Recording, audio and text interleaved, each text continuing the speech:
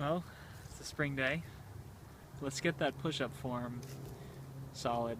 So a couple things we should address. Hand placement.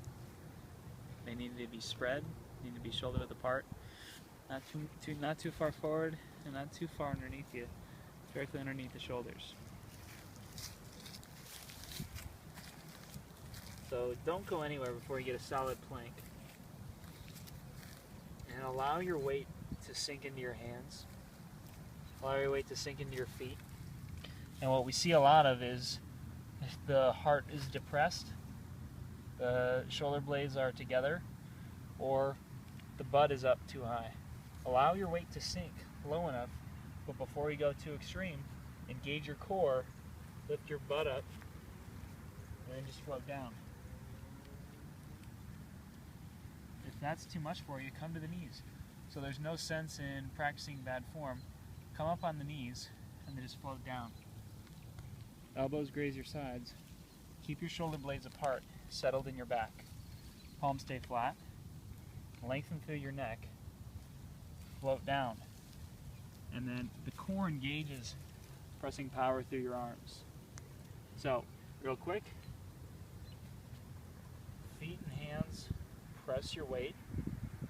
Long spine. Let your hips dip low, and then engage your legs and your core at the same time. And then just let your elbows dip, keeping the shoulder blades settled. Float back up. So you can alternate with a little child's pose to relieve your arms, and then come right back into it. Practice that. Keep listening to your body.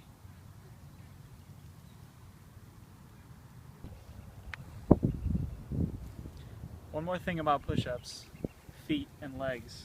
Okay, it's not just an arm workout. So you want to make sure that your feet are active and you're expanding through your legs. So how does that look? So what a lot of people do, it's all about the arms. The legs are just hanging out. Expand through your legs, expand through the heels, and get the weight off of your actual toes and put the weight on the balls of your feet. So the metatarsal heads right here. So the power is not in the toes. Power is right here. Drive your heels straight and draw the outer edges of your heels towards your knees. And I'll use that power expanding back. Keep your body like a springboard. And then as you float down, use the weight pressing into your feet. So it's not all forward, a lot of your weight is bounced back. So you are able to float. And your core is engaged, your shoulders are settled in the back, and you keep driving those heels back, expanding your body. Alright, try it out. Let me know what you think. See you later. Alright, we're still on push-ups. It's important. The shoulders, what are you doing with them? Okay, it's not just an elbow exercise. And you're not just trying to get swole up in your shoulders. You're not trying to shrug yourself up. So before you even get down to do your push-ups, how are your shoulders in your back? Are they pinning back together? Are they creeping up by your ears?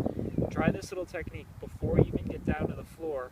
Expand with your arms straight and locked out, with your elbows locked out. Can you expand through that shoulder joint so that you still have the movement of the scapula, of the shoulder blade, backwards and forwards on the ribs? So we want to keep the shoulder blade stable in a neutral position. So we don't want them expanding back. We don't want them collapsing forward too much. We want to use the scapular stabilizers, these rib muscles, to stabilize the scapula where it is, and then the arm is able to move independently. So the trunk between your shoulders and sit bones stays neutral. Your elbows are moving. Your arms are moving on your body. So how does that look? Floating. Now what we see a lot of, shoulders collapsing together. All your power is lost. And you're basically falling to the ground and then struggling to get back up.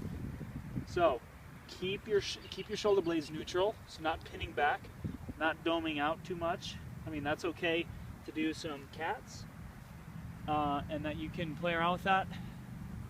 Cow, cat, and then come somewhere neutral